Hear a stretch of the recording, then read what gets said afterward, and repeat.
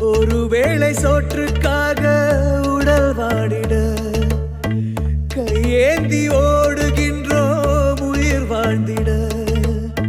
பசி என்ற தீயில் இறைப்பை சாம்பல் ஆகுதே.